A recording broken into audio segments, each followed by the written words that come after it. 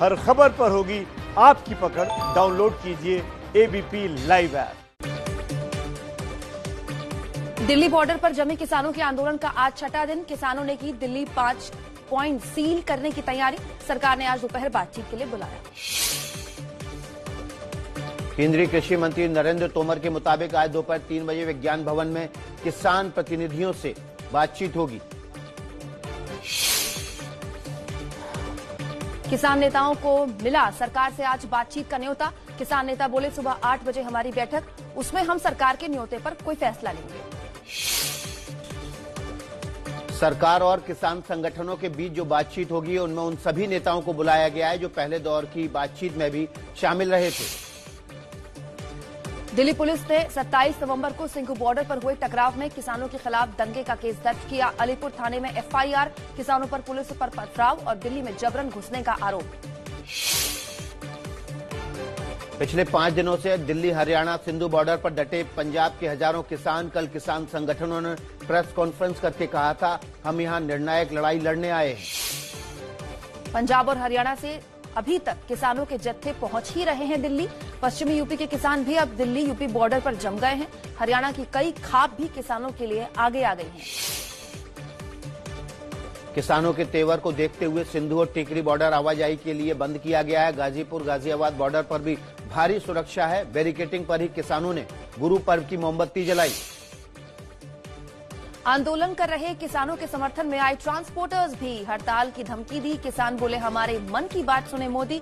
Corporate को फायदा पहुंचाने के लिए नया कृषि कानून लाया गया।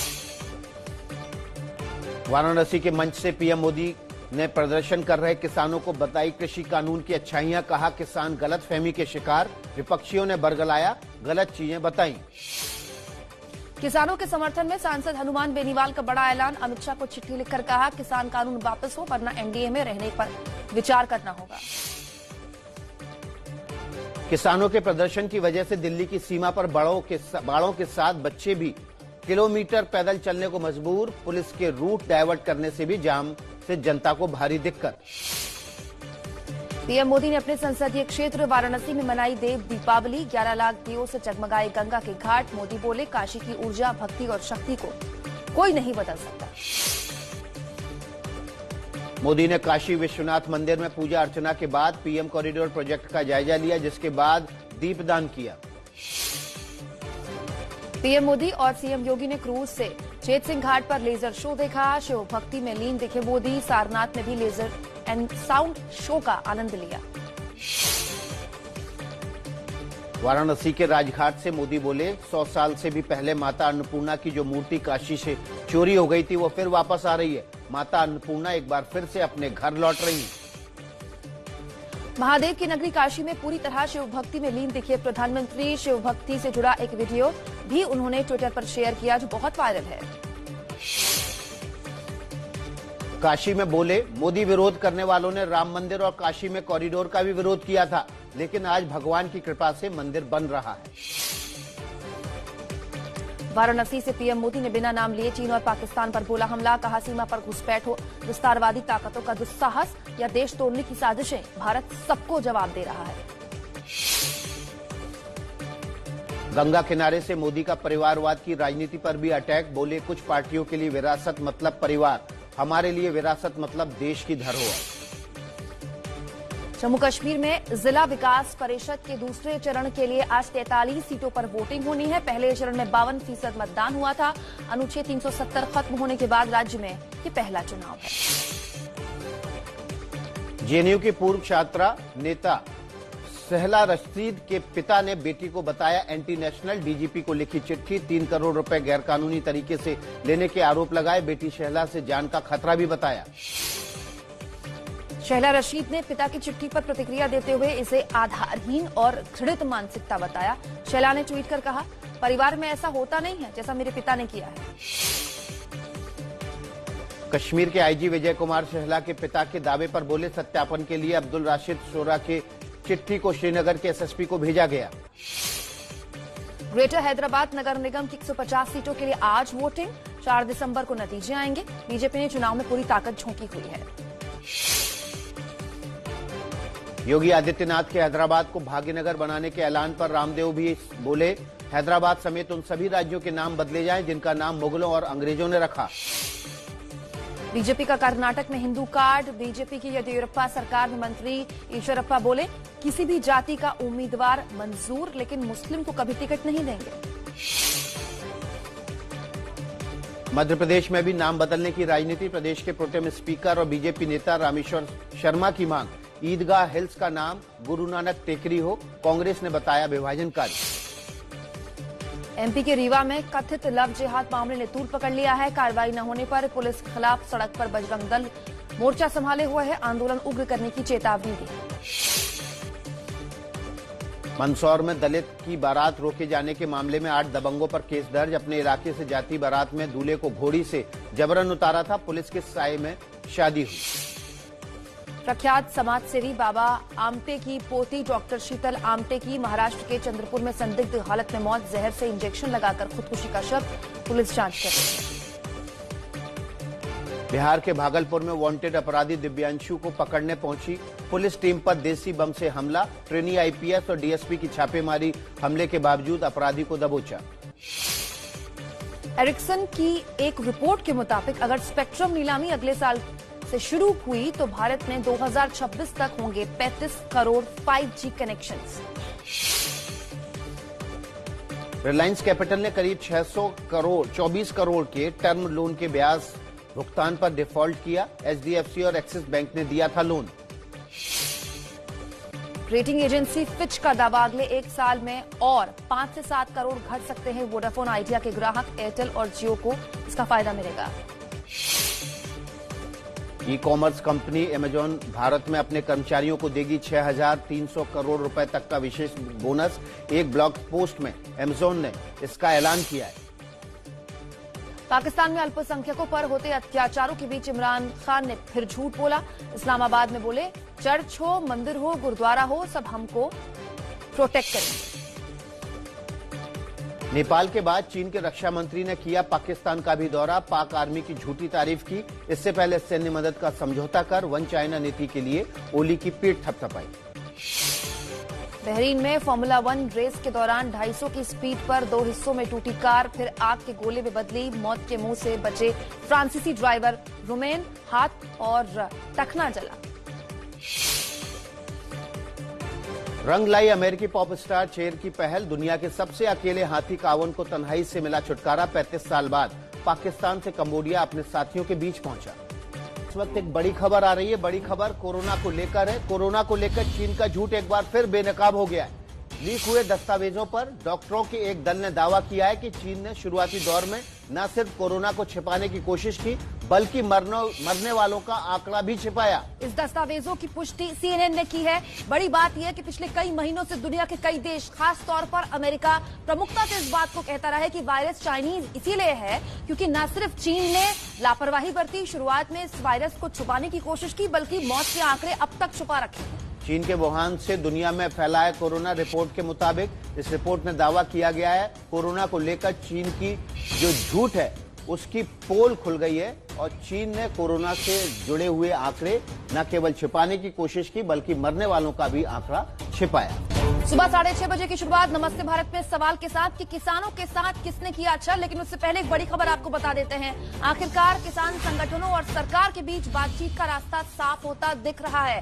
देर रात सरकार की तरफ से आंदोलन कर रहे किसानों को बाकायदा चिट्ठी भेजकर बातचीत के लिए बुलाया गया है। केंद्र सरकार ने बातचीत के लिए पंजाब के 32 संगठनों को आज दोपहर 3 बजे बुलाया है। बड़ी बात यह है कि सरकार बिना शर्त बातचीत के लिए तैयार हुई है। किसानों और सरकार के बीच ये बैठक दिल्ली के विज्ञान भवन में होगी। हालांकि आज किसान बैठक करके बातचीत में शामिल होने पर आखिरी फैसला लेंगे और सुबह 8 बजे ये बैठक होगी। सुबह 8 बजे किसान संगठन, खास तौर पर उन्हें जिन्हें बुलाया गया है बातचीत के लिए, पहले खुद बैठेंगे। पंजाब के 32 संगठनों को बातचीत के लिए बुलाया गया और फिर अगर सहमति बनी तो दोपहर 3 बजे विज्ञान भवन में बैठक हो सकती है। और देखिए इस वक्त हम आपको बता रहे हैं कि जो किसान संगठन है उनके साथ प्रधानमंत्री उसके साथ मंत्रिमंडल स्तर की बैठक होगी जिसमें कृषि मंत्री नरेंद्र सिंह तोमर होंगे, पीयूष गोयल होंगे और केंद्रीय मंत्री सोम प्रकाश होंगे और दोपहर 3 बजे बैठक होगी। इसमें वे सभी किसान संगठनों को बुलाया गया है जिनसे पिछली बैठक में सरकार ने बातचीत की थी। पूरी रिपोर्ट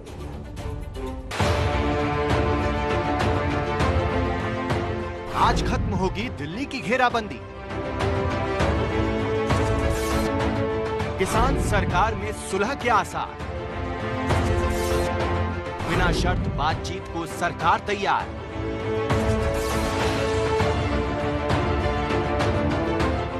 छह दिन बाद आज समाप्त होगा संकट।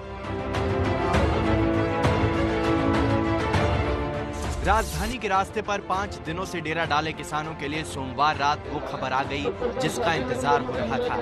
किसान आंदोलन के छठे दिन आज आखिरकार सरकार और किसानों के बीच बिना किसी शर्त के बातचीत का रास्ता साफ हो गया है। सरकार की तरफ से आज दोपहर 3 बजे विज्ञान भवन में किसानों को बातचीत के लिए बुलाया गया है। 1 दिसंबर को दोपहर 3 बजे विज्ञान भवन में उन सभी किसान यूनियन के नेताओं को आमंत्रित किया गया है जो पहले दौर की वार्ता में उपस्थित थे। यह आग्रह करना चाहता हूं कि आंदोलन का रास्ता त्याग कर वो चर्चा करें और कल विज्ञान भवन में पधारें और उनको निमंत्रण भेज दिया गया है और वो चर्चा से जो रास्ते निकल सकते हैं वो सरकार उस पर विचार करने के लिए पूरी तरह पहले भी तैयार थी और आज भी तैयार है। सरकार की तरफ से बातचीत की कवायद चल रही थी और ये जानकारी खुद किसान नेता बूटा सिंह ने एबीपी न्यूज को दी। बूटा सिंह जी दावा कर रहे हैं अमित शाह से बातचीत हुई है। बूटा सिंह जी, गृह मंत्री अमित शाह ने फोन किया? पंजाब भवन में बुलाया गया था। हाँ, पंजाब भवन में अमित शाह का फोन आया था कि बूटा सिंह तुसी गलबात के लिए तैयार हो। हमने बताया कि तैयार हैं पर कोई कंडीशन ना लाई जाए। अगर कंडीशन लाई जाती है तो गलबात नहीं होती। बूटा सिंह के मुताबिक अमित शाह ने खुद उन्हें फोन करके आपत्ति के बारे में पूछा और फिर बिना शर्त के बातचीत का भरोसा दिया। सरकार के साथ बातचीत में 36 किसान संगठन शामिल हो सकते हैं। सरकार के निमंत्रण को लेकर किसान नेता आपस में विचार विमर्श करके कोई फैसला लेने वाले हैं। बातचीत की तरफ बढ़े इस कदम के साथ अब उम्मीद जताई जा रही है कि कोई हल निकले और अन्नदाता सड़कों से उठ जाएंगे। सवाल उठता है कि आखिर बातचीत का माहौल तैयार कैसे हुआ, क्योंकि 3 दिन पहले ही गृह मंत्री अमित शाह ने किसानों को बुराड़ी मैदान शिफ्ट होने की शर्त रखी थी, जिस पर किसान नेता भड़क गए और प्रस्ताव ठुकरा दिया। और अगर किसान यूनियन चाहते हैं कि भारत सरकार जल्द बात करे, 3 तारीख के पहले इनसे बात करे, तो मेरा आप सभी को ये आश्वासन है कि जैसे ही आप लोग इसमें शिफ्ट हो जाते हैं, एक स्ट्रक्चर्ड जगह पे अपने आंदोलन को शिफ्ट करते हैं और वहां पर आप अच्छी तरीके से सेट हो जाते हैं, दूसरे ही दिन भारत सरकार आपके साथ आपकी समस्या और मांगों के लिए बातचीत करने के लिए तैयार है। गुंडागर्दी की भाषा का इस्तेमाल कर रहा है। ये वहाँ पाओगे तो हम बात करने को तैयार है 3 तारीख से पहले भी। ये किसान 3 को भी नहीं आएगा तो क्या कर लेंगे? हुण असीं बटारी पार्क में नहीं जाएंगे, कभी नहीं जाएंगे, क्योंकि जो असीं पड़ताल किया है बटारी पार्क का, हमें पता लगा है भी वो पार्क नहीं है, वो ओपन जेल है। किसानों ने न सिर्फ बातचीत के लिए जगह बदलने की शर्त ठुकरा दी, बल्कि उल्टा दिल्ली की घेराबंदी बढ़ाने का ऐलान कर दिया। इसके बाद जेपी नड्डा के घर अमित शाह, राजनाथ सिंह और नरेंद्र तोमर के बीच हाई लेवल बैठक हुई और बीते 30 घंटों में तय हुआ कि किसानों से बिना शर्त होगी बात। क्योंकि सरकार की शर्त पर किसान नेता भी अपनी शर्तें दागने लगे थे।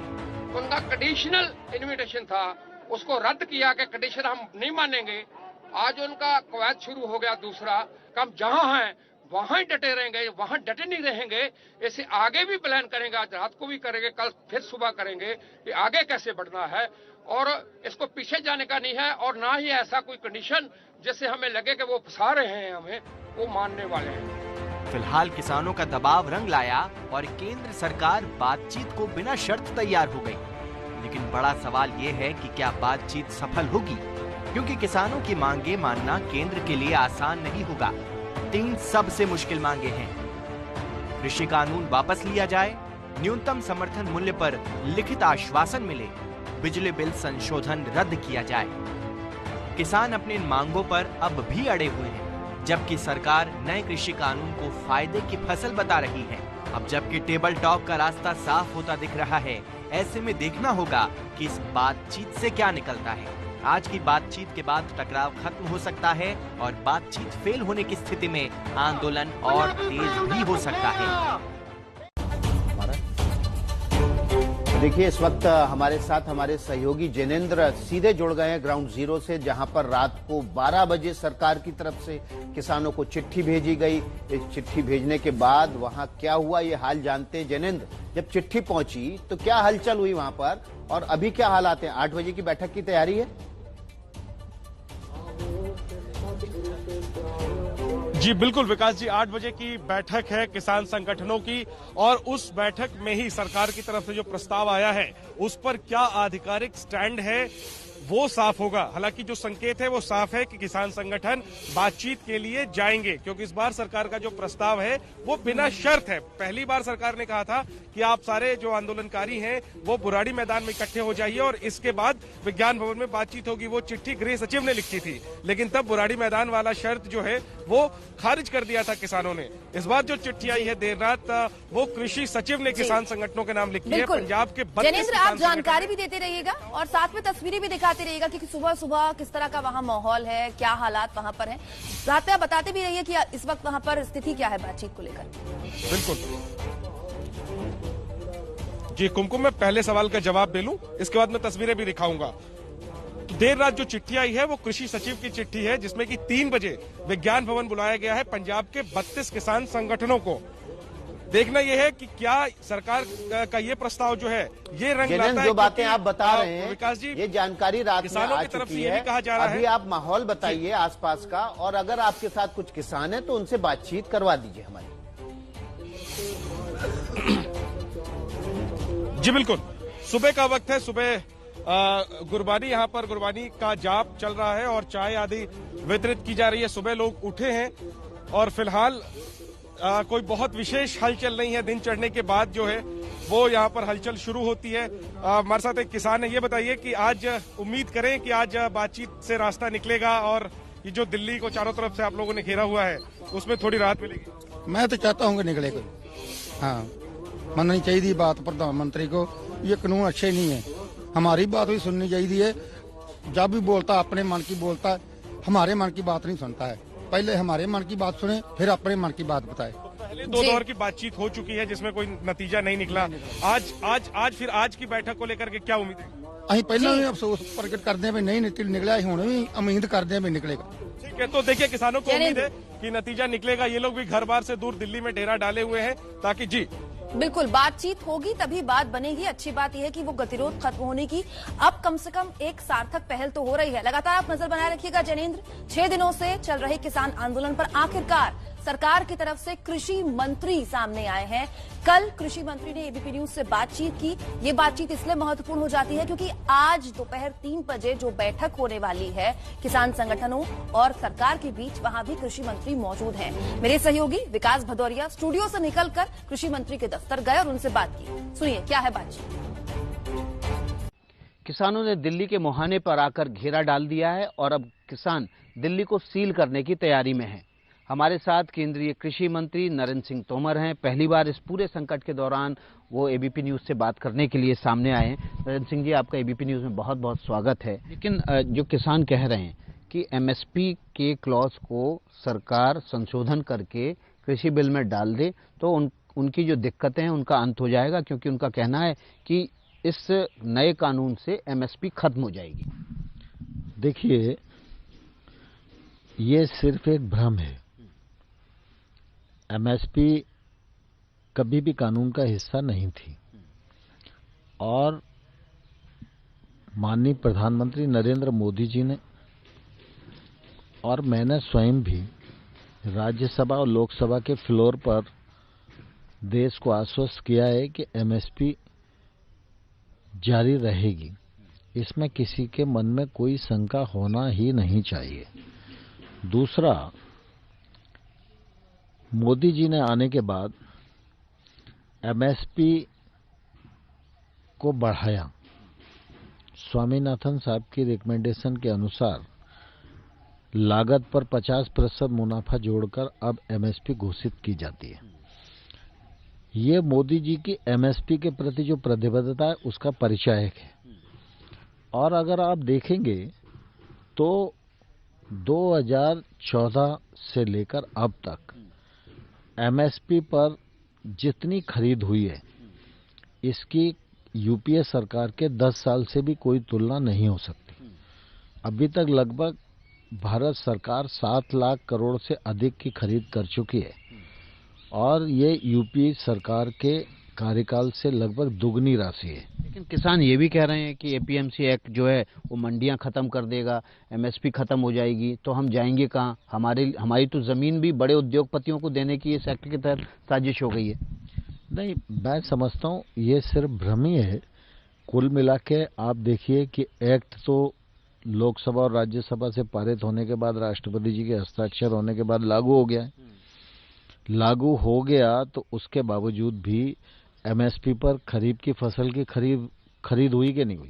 किसान कह रहे हैं कि वो पुराने कानून के मुताबिक एमएसपी की खरीद हुई है, नया कानून लागू होते ही एमएसपी खत्म हो जाए। नया कानून लागू हो चुका है।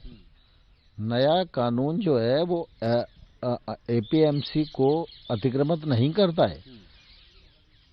नया कानून किसान को एपीएमसी के अलावा भी विकल्प पैदा करता है। वो किसान के मूल्य की प्रतिस्पर्धा को बढ़ाने वाला है, इंटर स्टेट ट्रेड को अलाउ करने वाला है और उसमें 3 दिन में किसान के फसल के भुगतान हो जाए, इस बात की भी गारंटी वो एक्ट देता है। और अभी जब खरीद हुई तो एमएसपी पर ही खरीद हुई, मंडी में ही खरीद हुई। रबी की फसल की एमएसपी घोषित हो गई है, रबी की फसल आएगी तब भी एमएसपी पर खरीद होगी। तो एमएसपी का इस एक्ट से कोई भी ताल्लुक नहीं है। लेकिन पंजाब में इस दौरान एक असेंबली में कानून पास हुआ, उसमें ये कहा गया कि राज्य में जो भी एमएसपी के अलावा खरीद करेगा, एमएसपी से कम दाम पर खरीद करेगा, उसके खिलाफ कानूनी कार्रवाई की जाएगी, सजा का प्रावधान होगा। क्या उस राज्य पंजाब के उस कानून के अलावा केंद्र के कानून में संशोधन की जरूरत है? तो अभी राज्य ने जो कानून पास किया है वो हमारे पास आया नहीं है। जब आएगा तो उसका अध्ययन करेंगे और अध्ययन करने के बाद क्या करना है ये विचार करेंगे। इतने सबके बावजूद आखिर भ्रम किसानों के बीच फैला कौन रहा है? कौन लोग हैं, कौन सी पार्टियां जो भ्रम फैला रही हैं? मैं समझता हूं कि अभी इस मामले में कहना जल्दबाजी होगी, लेकिन कांग्रेस सहित कुछ राजनीतिक दल हैं जो पहले तो ये चाहते थे कि इस प्रकार के रिफॉर्म वो करें और उन्होंने अपने घोषणा पत्र में भी इसका वायदा किया था, लेकिन वो हिम्मत नहीं कर पाए। आज़ादी के 72 साल बाद निश्चित रूप से रिफॉर्म होने चाहिए और हर क्षेत्र में होने चाहिए और हर क्षेत्र में इस दिशा में कोशिश मोदी जी के नेतृत्व में करने की भी जा रही है। और इसी दिशा में एग्रीकल्चर के क्षेत्र में ये कानूनी रिफॉर्म किए हैं और ये रिफॉर्म निश्चित रूप से आने वाले कल में किसानों के जीवन स्तर में बदलाव लाएंगे और कृषि के क्षेत्र में निजी निवेश बड़ी तादाद में बढ़ेगा। गांव तक निजी निवेश पहुंचेगा, रोजगार के अवसर सृजित होंगे, फूड प्रोसेसिंग इंडस्ट्री नीचे तक पहुंचेगी और किसान को अपने फसल का वाजिब दाम मिल सकेगा। इस दिशा में मोदी जी की सरकार ने जितना ईमानदारी से आगे बढ़कर काम किया है, इतना पहले 50-60 साल में किसी भी सरकार के समय इतनी हिम्मत के साथ किसानों को समृद्धिशाली बनाने के लिए प्रयत्न नहीं हुआ। आप देख रहे थे कृषि मंत्री एबीपी न्यूज के साथ एक्सक्लूसिवली बातचीत कर रहे थे। और अब बात कर लेते हैं काशी की। क्या आपने काशी की देव दिवाली देखी है? अगर नहीं तो आप इन ऐतिहासिक तस्वीरों को देखने से चूक गए, जो विरले ही दिखाई देती हैं। हमने आपके लिए उन तस्वीरों को समेटकर एक खास पेशकश तैयार की है, जिसमें वाराणसी की दिव्यता भी है, भव्यता भी है और मोदी का मेगा शो भी। प्रधानमंत्री कार्यकाल के दूसरे चरण में वे तीसरी बार विश्वनाथ धाम पहुंचे हैं। Shiva's victory over the evil was applauded by the gods by offering light.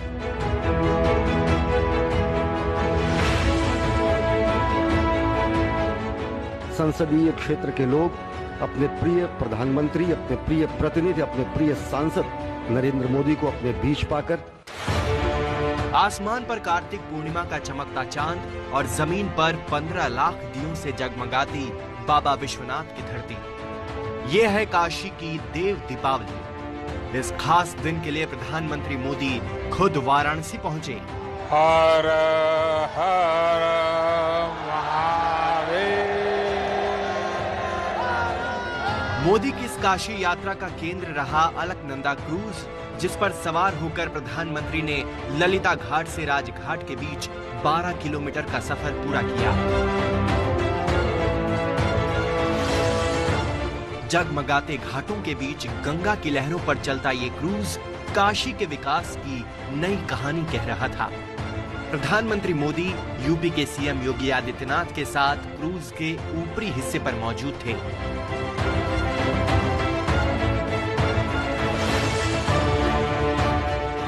Ganga पर इस क्रूज यात्रा के दौरान पीएम मोदी सीएम योगी से बात भी कर रहे थे और गंगा के जगमगाते घाटों का जायजा भी ले रहे थे।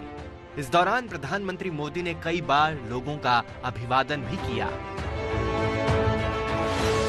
प्रधानमंत्री मोदी की ये गंगा यात्रा इसलिए भी खास थी क्योंकि वो हमेशा से काशी की सूरत बदलने की बात कहते रहे हैं। आज इस यात्रा के जरिए उन्होंने इस बदलाव का संदेश भी दिया। करीब 20 मिनट के सफर के बाद पीएम मोदी का क्रूज गंगा के राजघाट पर पहुंचा। क्रूज से बाहर आते ही पीएम मोदी ने एक बार फिर लोगों का अभिवादन किया। देव दीपावली महोत्सव के लिए राजघाट पर भव्य तैयारी की गई थी। नमस्तुते।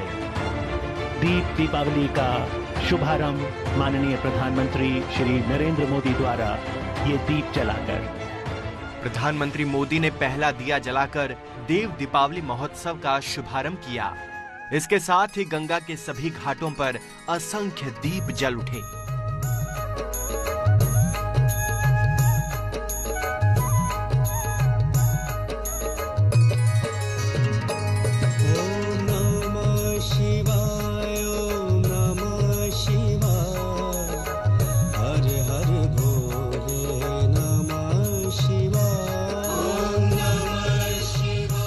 देव दीपावली महोत्सव की शुरुआत सांस्कृतिक कार्यक्रम के साथ हुई। पीएम मोदी पूरी तन्मयता से इस कार्यक्रम का आनंद लेते नजर आए।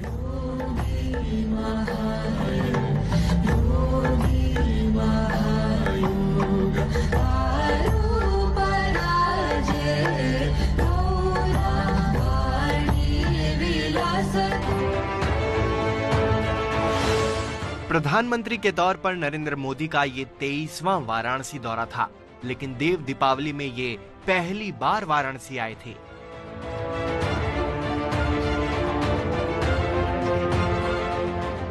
पीएम ने अपनी इस काशी यात्रा में बाबा विश्वनाथ का आशीर्वाद भी लिया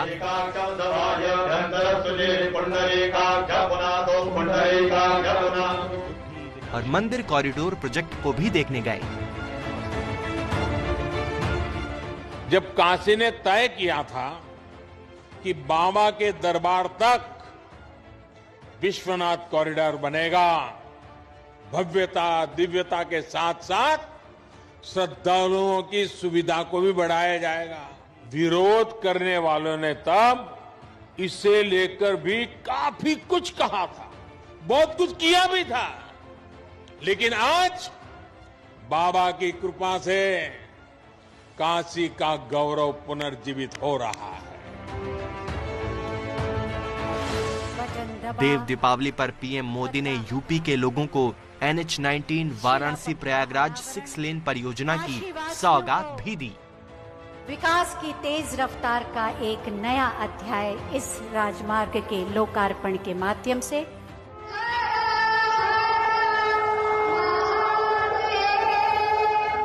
अपने संसदीय क्षेत्र में वाराणसी में मोदी के इस मेगा शो को अगले साल 5 राज्यों में होने वाले विधानसभा चुनाव और 2022 के यूपी चुनाव से भी जोड़कर देखा जा रहा है। बीजेपी का संदेश साफ है, जहां होगी डबल इंजन की सरकार, वहां बहेगी विकास की बयार। सुबह नमस्ते भारत में आपको मौसम का भी अपडेट रख देते हैं। दिल्ली में एक तरफ कोरोना का कहर है तो दूसरी तरफ ठंड भी लोगों को परेशान कर रही है। इसी ठंड से जुड़ी खबर, दिल्ली के लिए नवंबर का महीना अब तक का सबसे ठंडा रहा है। मौसम विज्ञान के मुताबिक पिछले 71 साल में नवंबर का महीना इतना सर्द कभी नहीं रहा। नवंबर में औसत तापमान 12.9 डिग्री इस बार रहा। देखिए 71 साल में सबसे ठंडा महीना रहा है नवंबर का महीना। ये आपको बता रहे हैं। और देखिए सबसे कम तापमान भी 6 डिग्री के आसपास दर्ज किया गया था, उसमें भी उस वक्त भी 60 साल पुराना रिकॉर्ड टूटा था।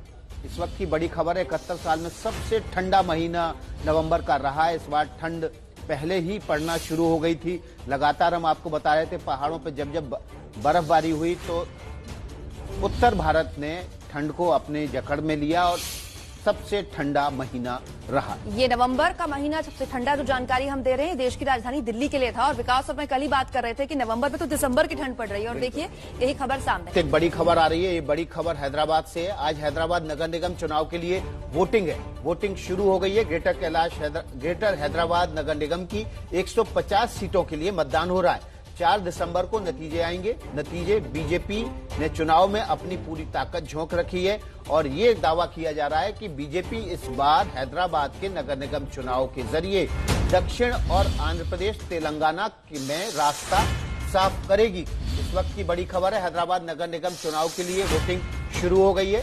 नगर निगम के चुनाव में 151 सीटें हैं।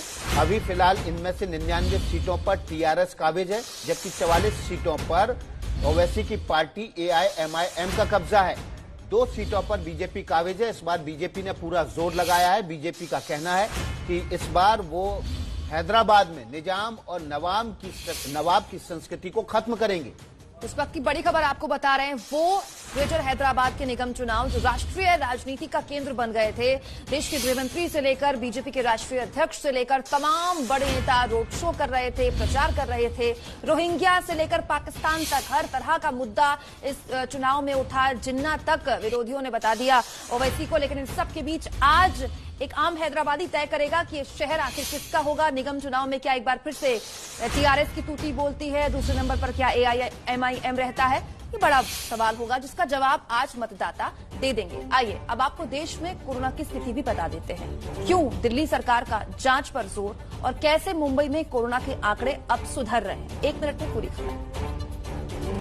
देश में कोरोना की रफ्तार अब धीरे धीरे कम होने लगी है। लगातार 15वें दिन 50,000 से कम कोरोना के मरीज आए हैं। हालांकि कुल मरीजों की संख्या 94 लाख के पार पहुंच चुकी है।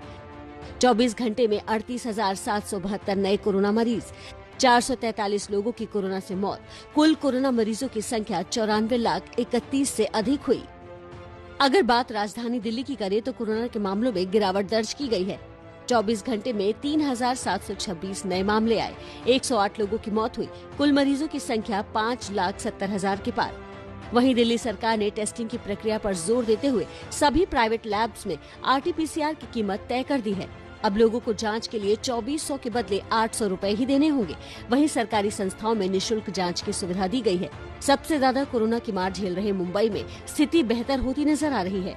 24 घंटे में 3,837 नए कोरोना मरीज आए। कुल कोरोना मरीजों का आंकड़ा 16,85,000 के पार। रिकवरी रेट बढ़कर 92% से अधिक हुआ। जब कानून बनाने वाले नेताजी खुद ही कानून तोड़ें तो भला दोष किसे आप देंगे। खबर MP के बैतूल से है, जहां सांसद दुर्गादास डांस करने में इतने मशगूल हो गए कि कोरोना गाइडलाइंस को ही ताक पर रख दिया। न मुंह पर मास्क, न सोशल डिस्टेंसिंग। भीड़ के बीच झूमते ये हैं मध्य प्रदेश से बीजेपी के सांसद दुर्गादास उइके।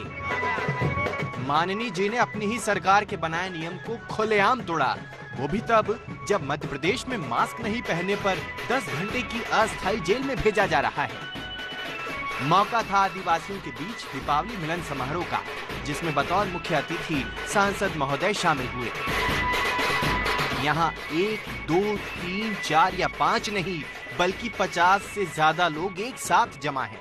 और तो और सांसद महोदय बिना मास्क पहने ही धड़ल्ले से लोगों से मिल भी रहे हैं। बैतूल के सांसद का ये डांस वाला वीडियो सोशल मीडिया पर जमकर वायरल भी हो रहा है। जाहिर है ऐसे में सवाल उठना लाजमी है कि क्या सांसद महोदय के खिलाफ भी शिवराज सरकार एक्शन लेगी, क्योंकि कानून जनता के लिए भी वही है जो जनता के नुमाइंदों के लिए। बड़ी खबर है यूपी के सीएम योगी आदित्यनाथ से जुड़ी हुई, जो कि आज मुंबई जा रहे हैं। मुंबई में योगी यूपी में प्रस्तावित फिल्म सिटी जो बन रही है उसको लेकर बॉलीवुड की कई हस्तियों से बात करेंगे, मुलाकात करेंगे, उनके साथ यूपी में निवास का न्योता भी देंगे। ये मुलाकात ट्राइडेंट होटल में होने वाली है। योगी के साथ गोरखपुर के सांसद और एक्टर रवि किशन भी मौजूद रहने वाले हैं। देखिए इस वक्त की बड़ी खबर है, मुंबई के बॉलीवुड हस्तियों से मुलाकात करेंगे सीएम योगी और इस दौरान वो प्रस्तावित फिल्म सिटी को लेकर मुलाकात करेंगे बॉलीवुड की हस्तियों से। इससे पहले आपको बता दें कि जब यमुना एक्सप्रेसवे के पास फिल्म सिटी की घोषणा की गई थी दिल्ली के नजदीक, तब फिर तमाम बॉलीवुड की हस्तियों ने लखनऊ पहुंचकर योगी आदित्यनाथ से मुलाकात भी की थी। लेकिन अब योगी आदित्यनाथ बॉलीवुड जा रहे हैं, जहां पर वो बॉलीवुड की तमाम हस्तियों से बात करेंगे और यूपी में निवेश का न्योता देंगे। फिल्म सिटी तो बन जाएगी, लेकिन फिल्म सिटी में काम तब शुरू होगा जब वहां पर स्टूडियो बनेंगे, तमाम प्रोडक्शन हाउस आएंगे और इसके लिए बॉलीवुड की तमाम हस्तियों को इस फिल्म सिटी में निवेश करना होगा और इसी निवेश का न्योता देने योगी आदित्यनाथ आज मुंबई जा रहे हैं। आपको याद दिला दें, सुशांत सिंह राजपूत मामले के दौरान जिस तरह से ड्रग माफिया का मुंबई शिकार है, मुंबई में फिल्म इंडस्ट्री शिकार है, तमाम तरह के आरोप लगे, तब उत्तर प्रदेश के मुख्यमंत्री योगी आदित्यनाथ ने कहा था कि हम एक बिल्कुल नई तरह की फिल्म सिटी बनाएंगे जो कि एनसीआर का हिस्सा होगी। आइए अब आपको लिए चलते हैं एमपी के मंदसौर जिले में, जहां एक बारात को लोगों ने रोक दिया। क्यों रोका, आखिर क्या हुआ था बवाल, देखिए 1 मिनट में पूरी कहानी। घोड़े पर बैठा दूल्हा और मस्ती में नाचते गाते बाराती, लेकिन कुछ समय बाद ही शादी के जश्न में खलल पड़ गया। बारात में अफरा तफरी मच गई। हालात बिगड़ते देख पुलिस को बीच बचाव करना पड़ा। तस्वीरें एमपी के मंदसौर की हैं, जहां समाज में फैली कुरीतियां खत्म होने का नाम नहीं ले रही हैं। आरोप है कि कुछ गांव के दबंगों ने दलित युवक की बारात रोक दी, दूल्हे को घोड़ी से उतार दिया, जिसकी वजह से दोनों पक्षों में झगड़ा शुरू हो गया। इससे पहले बात आगे बढ़ती पुलिस ने बीच बचाव कर मामले को शांत करा दिया। फिलहाल किसी भी पक्ष ने इस मामले की शिकायत नहीं दी है। जब घटना की खबर एमपी सरकार में मंत्री हरदीप सिंह डंग को लगी तो उन्होंने इस पर कड़ा ऐतराज जताया। अब सवाल उठता है कि 21वीं सदी में भी ऐसी कुरीतियां समाज में कैसे फैली हैं? एक तरफ भारत दुनिया में नई नई मिसाल पेश कर रहा है, वहीं दूसरी तरफ इस तरह की सोच रखने वाले लोग देश के विकास में रोड़ा बन रहे हैं। फॉर्मूला 1 रेसिंग ट्रैक पर एक ऐसा हादसा हुआ जिसने सबके रोंगटे खड़े कर दिए। दिखने में किसी फिल्मी सीन से कम नहीं लगता, लेकिन है ये हकीकत। पूरी खबर 1 मिनट में। And you see Grosjean, one car out there, and then Grosjean to the right-hand side. जीत की जिद में जिंदगी पर बनाई। It's gone through the barrier. You see, the car's gone through the barrier. रफ्तार के खेल में बाल बाल बचा खिलाड़ी। Unbelievable. कार रेसिंग में फॉर्मूला 1 रेसिंग को सबसे खतरनाक खेलों में से एक माना जाता है। अक्सर खिलाड़ी रेस के दौरान दुर्घटना का शिकार हो जाते हैं। कुछ ऐसा ही नजारा देखने को मिला बहरीन में चल रहे ग्रां प्री फॉर्मूला 1 रेस में, जहां ट्रैक पर तेज रफ्तार से दौड़ रही कारों में एक कार ट्रैक से फिसलकर सुरक्षा घेरे से जा टकराई। Ripped the car in half. टक्कर इतनी जोरदार थी कि कार आग के गोले में तब्दील हो गई। Racing driver Roma Groza car में 10 सेकंड तक फंसे रहे, जिन्हें बाद में सुरक्षित निकाल लिया गया। That's just brilliant to see Roman sat हादसे में बाल बाल बचे रोमा ग्रोजा के लिए खूब तालियां बजी। in the medical car now and talking away. There was a tyre that came off. Shahla Rashid ने पिता की चिट्ठी पर प्रतिक्रिया देते हुए इसे आधारहीन और घृणित बताया है। शहला ने ट्वीट कर कहा, परिवार में ऐसा नहीं होता जैसा मेरे पिता ने किया। कश्मीर के आईजी विजय कुमार शहला के पिता के दावे पर बोले, सत्यापन के लिए अब्दुल राशिद शोरा की चिट्ठी को श्रीनगर के एसएसपी को भेजा। गुजरात में राजकोट के कोरोना अस्पताल में, जी हां, गुजरात की खबर का रुख कर लेते हैं। राजकोट में कोरोना अस्पताल में आग मामले में 3 डॉक्टर्स की गिरफ्तारी। 27 नवंबर को आग से आईसीयू में 5 मरीजों की जलकर मौत हुई। मुंबई के कोटला से महिला ड्रग्स पेडलर 50 लाख से ज्यादा की ड्रग्स के साथ गिरफ्तार हुई है। एंटी नार्कोटिक सेल ने इसे पकड़ा है। यूपी के फतेहपुर में पत्नी ने मायके वालों के साथ मिलकर पति की जमकर पिटाई कर दी। जमीन से मिले पैसों का विवाद, वीडियो खूब वायरल। बिहार के वैशाली में बदमाशों ने एक दुकान में घुसकर अंधाधुंध फायरिंग की। दुकानदार समेत 3 घायल हुए। लूट नहीं हुई, इसलिए वजह पर सस्पेंस बना हुआ। कोरोना महामारी को लेकर 4 दिसंबर को केंद्र सरकार ने सर्वदलीय बैठक बुलाई। पीएम मोदी अगुवाई करेंगे इस बैठक की। शुक्रवार सुबह 9:30 बजे ऑनलाइन बैठक के लिए आमंत्रित किया गया है। दिल्ली की केजरीवाल सरकार का बड़ा फैसला। दिल्ली में अब आरटीपीसीआर जांच 800 रुपए में होगी। पहले एक जांच के लिए 2400 रुपए चुकाने होते थे। होम विजिट से सैंपल कलेक्शन पर 1200 रुपए देने होंगे। कोरोना वैक्सीन पर अमेरिका से जल्द आएगी गुड न्यूज। जल्द ही इमरजेंसी इस्तेमाल के लिए अप्लाई करेगी मॉडर्ना कंपनी। अमेरिका और ब्रिटेन से बड़े पैमाने पर इस्तेमाल के लिए मंजूरी मांगी। वैक्सीन के 94% कारगर होने का दावा। चक्रवाती निवार के बाद तमिलनाडु में एक और तूफान की संभावना। मौसम विभाग ने कहा नया चक्रवात 2 दिसंबर को श्रीलंका के तट को पार करेगा। तमिलनाडु और केरल में भारी बारिश लाएगा। शाहरुख खान ने शुरू की अपनी नई फिल्म पठान की शूटिंग। मुंबई में एक स्टूडियो के बाहर नए लुक में दिखे। पठान में शाहरुख, दीपिका लीड रोल में है। फिल्म बेल बॉटम के कास्टिंग डायरेक्टर वैभव विशांत का खुलासा। बोले रेप के आरोप आयुष का फिल्म से लेना देना नहीं। एक एक्ट्रेस ने मुंबई के वर्सोवा थाने में आयुष के खिलाफ दर्ज कराया था रेप का केस। गुरु नानक जयंती पर फिल्म अपने सीक्वल के अपने 2 का अनाउंसमेंट भी हो गया। देओल फैमिली की होगी 3 जनरेशंस एक साथ। अगले साल मार्च में फिल्म शुरू होगी। खबर जम्मू कश्मीर में जिला विकास परिषद चुनाव से जुड़ी हुई है। दूसरे चरण के लिए आज वोटिंग हो रही है। दूसरे दौर में आज 43 सीटों के लिए वोटिंग हो रही है। इसमें कश्मीर संभाग की 25 और जम्मू संभाग की 18 सीटें शामिल हैं। प्रशासन के मुताबिक कश्मीर के सभी मतदान केंद्र संवेदनशील हैं। प्रशासन की ओर से पुख्ता सुरक्षा इंतजाम किए गए हैं। मतदाताओं से अपील की गई है कि वो मास्क जरूर लगाकर वोट डालने जाएं। सभी मतदान केंद्रों में 10-10 लीटर सैनिटाइजर का भी इंतजाम है। इस वक्त की बड़ी खबर है। जम्मू कश्मीर डीटीसी चुनाव के लिए दूसरे दौर का मतदान हो रहा है। आज 43 सीटों पर वोटिंग हो रही है। इससे पहले कश्मीर की 25, जम्मू कश्मीर के 18 सीटों पर वोटिंग आज चल रही है। कश्मीर संभाग के सभी मतदान केंद्रों को संवेदनशील घोषित किया गया है। हमारे संवाददाता आसिफ कुरैशी श्रीनगर से सीधे जुड़ गए। आसिफ, मतदान शुरू हो चुका है, फिलहाल शांतिपूर्ण है क्या?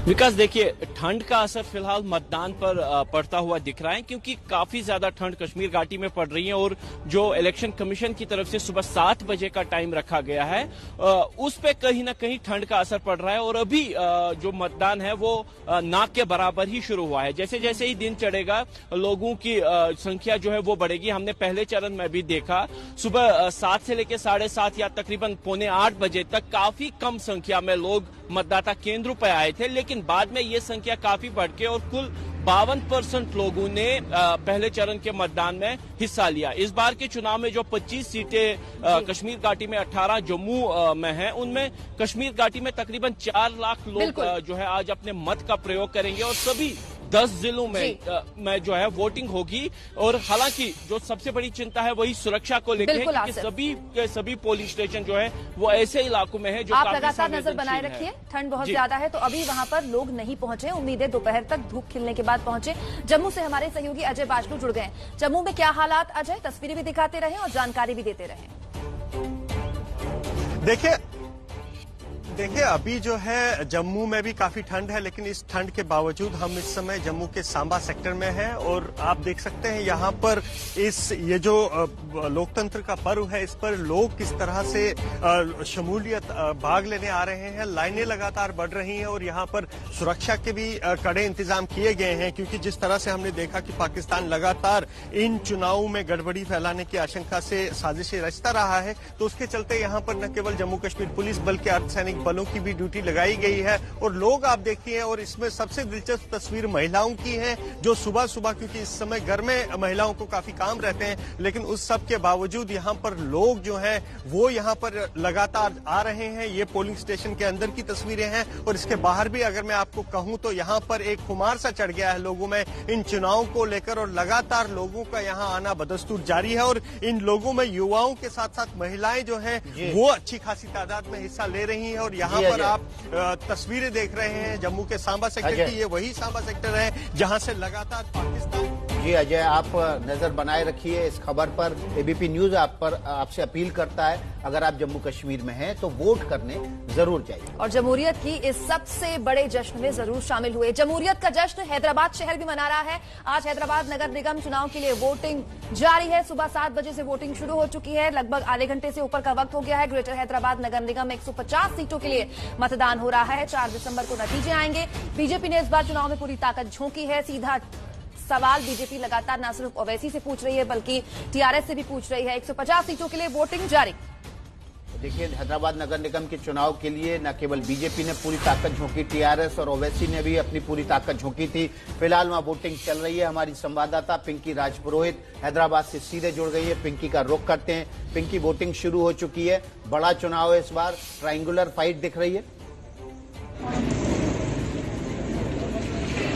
बिल्कुल विकास, ट्रायंगुलर फाइट है और ये सेंट पैर स्कूल है यहाँ ये सेंट पैर स्कूल है यहाँ पर जो है अब से कुछ ही देर में खुद AIMIM के जो चीफ है असदुद्दीन ओवैसी वो यहाँ पहुँचने वाले हैं।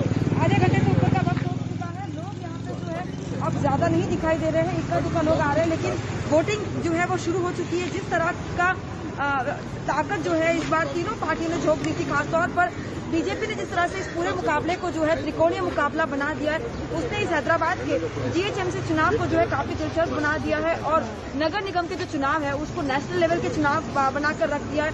GHMC चुनाव की अगर बात करें तो अमूमन वोटिंग पर्सन जो है वो काफी कम होता है, लेकिन इस बार जिस तरह से दिलचस्प चुनाव बना दिए है तो ऐसे में उम्मीद की जा रही है कि लोग जो है आज अपने घरों से ज्यादा संख्या में। आप उसी पोलिंग बूथ पर मौजूद हैं पिंकी, जहां असदुद्दीन ओवैसी थोड़ी देर बाद आएंगे वोट डालने के लिए, और जैसे प्रचार के वक्त पिंकी ने एक्सक्लूसिव बातचीत ओवैसी से की। उम्मीद करते हैं कि पिंकी जब वोट डालने के बाहर निकलेंगे ओवैसी तब भी उनसे एक्सक्लूसिव बातचीत करेंगे। यहाँ बिल्कुल गुजरात की खबर का रुख कर लेते हैं।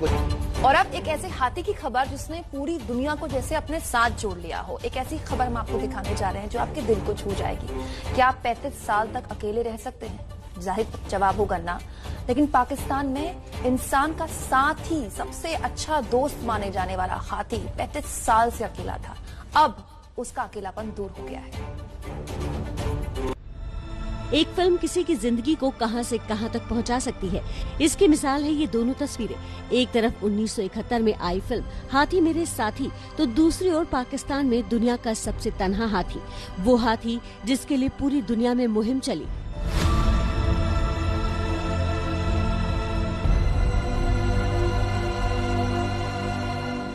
मुहिम 35 साल की तन्हाई को खत्म करने की मुहिम जो शुरू हुई पाकिस्तान से और खत्म हुई कंबोडिया में।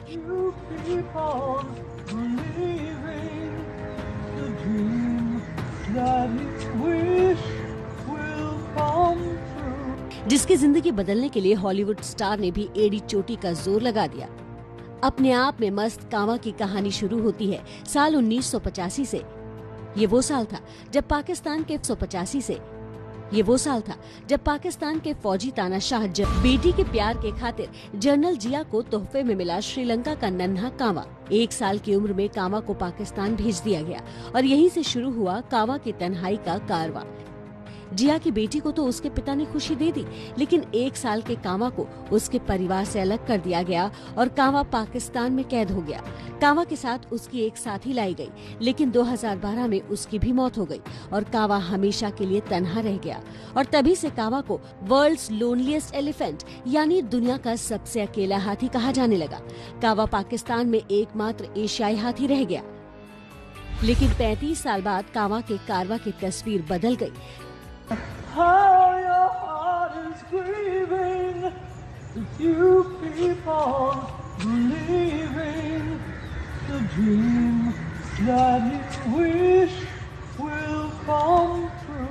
कांवा को पाकिस्तान से रिहा कर दिया गया।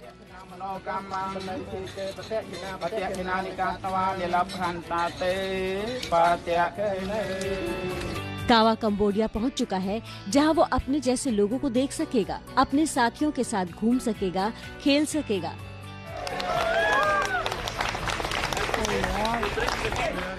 कांवा को साल 2000 में इस्लामाबाद के मार्गहजर चिड़ियाघर में रखा गया।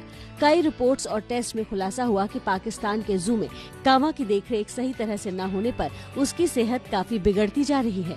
जू की जमीन खराब होने के कारण कांवा के पैर भी जख्मी हो चुके हैं, नाखून फट चुके हैं। कांवा अन्य एशियाई हाथियों की तुलना में काफी कमजोर और छोटा है। कांवा की घुटती जिंदगी को खुली हवा मिल सके, इसके लिए अमेरिकन ऑस्कर विनिंग सिंगर शेर और जानवरों के लिए काम करने वाली तमाम संस्थाओं ने एक मुहिम चलाई। शेर खुद पाकिस्तान गई और पाकिस्तान के प्रधानमंत्री इमरान खान से भी मिली।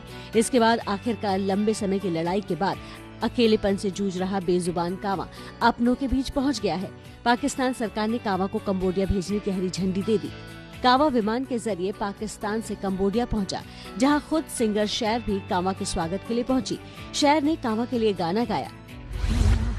No matter how your heart is grieving, if you keep on believing, the dream that you wish will come true.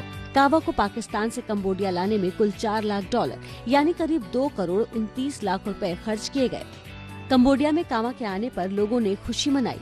जू को बलून और रिबन से सजाया गया, जहां कावा की खुशी अलग दिख रही थी, क्योंकि जिस कावा ने अपने जैसे साथियों को लंबे समय से देखा नहीं था, आज 35 साल बाद वो आजादी के साथ अपनों के बीच झूम रहा था।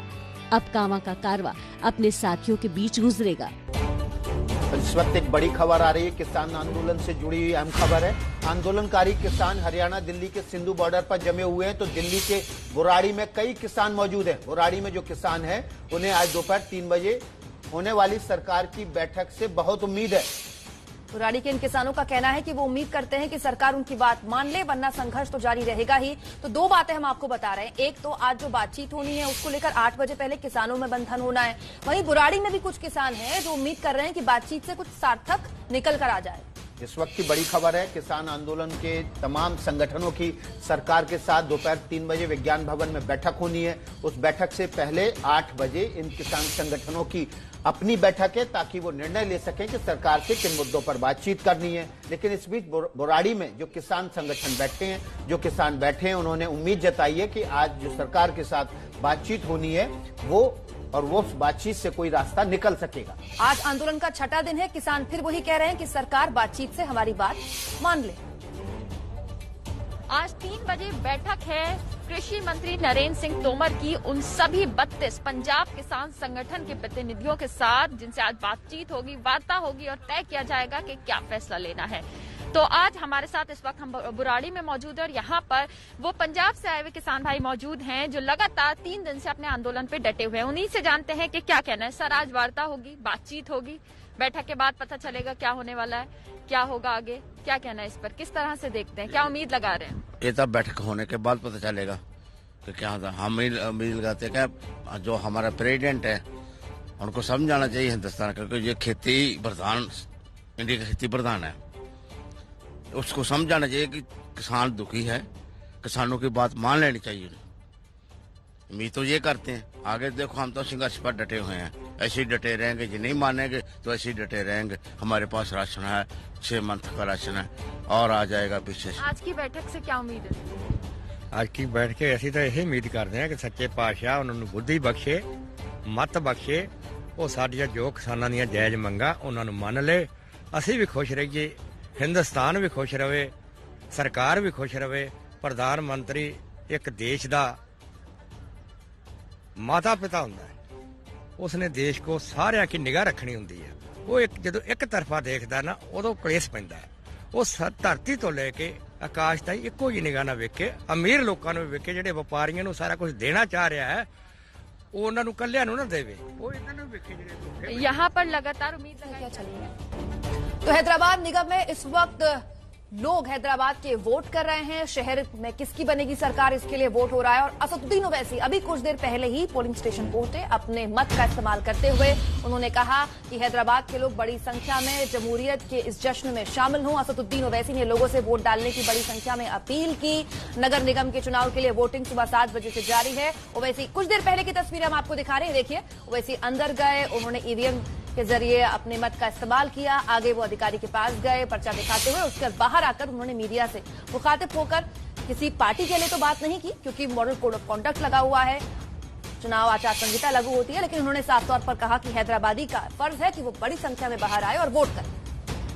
देखिए, इस वक्त ये तस्वीरें आपके सामने हैं, जिसमें असदुद्दीन ओवैसी वोटिंग कर रहे हैं। वोटिंग करने के बाद उन्होंने कहा कि शहरी इलाकों में वोट कम हो रहा है, इसलिए लोग घरों से निकलें और अपने वोट का इस्तेमाल करें। और देखिए, यहाँ ईवीएम के जरिए नहीं बल्कि बैलेट वोट के जरिए वोटिंग हो रही है।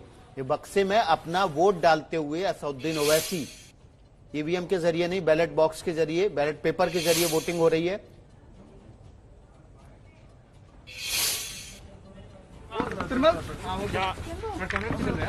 नहीं, मैंने अपना जो डेमोक्रेटिक राइट है, अपनी पसंद का इजहार आज किया हूं और मैं आप तमाम के जरिए से हैदराबाद के अवाम से अपील कर रहा हूं कि वो अपने एक एक वोट का इस्तेमाल करें और हैदराबाद और बिलखुसूस पुराने शहर की तरक्की के लिए, उसकी तहजीब, सखाफत, उसकी ज़बान, उसके कंपोजिट कल्चर के लिए आप तमाम को निकल कर मैं अपील कर रहा हूं कि निकल कर वोट का इस्तेमाल करिए और ज़्यादा से ज़्यादा वोट का इस्तेमाल करिए, पोलिंग परसेंटेज को बढ़ाइए। पूरा यहाँ पर इंतज़ाम इलेक्शन कमीशन की तरफ से किया गया है, सोशल डिस्टेंसिंग का लिहाज रखा गया है। हम उम्मीद करते हैं कि शाम 6 बजे तक हर हैदराबाद की वोटर राय दहिंदे निकलकर अपने वोट का इस्तेमाल करेंगे और इस जमहूरियत को और मजबूत करेंगे और उसको कामयाब करेंगे।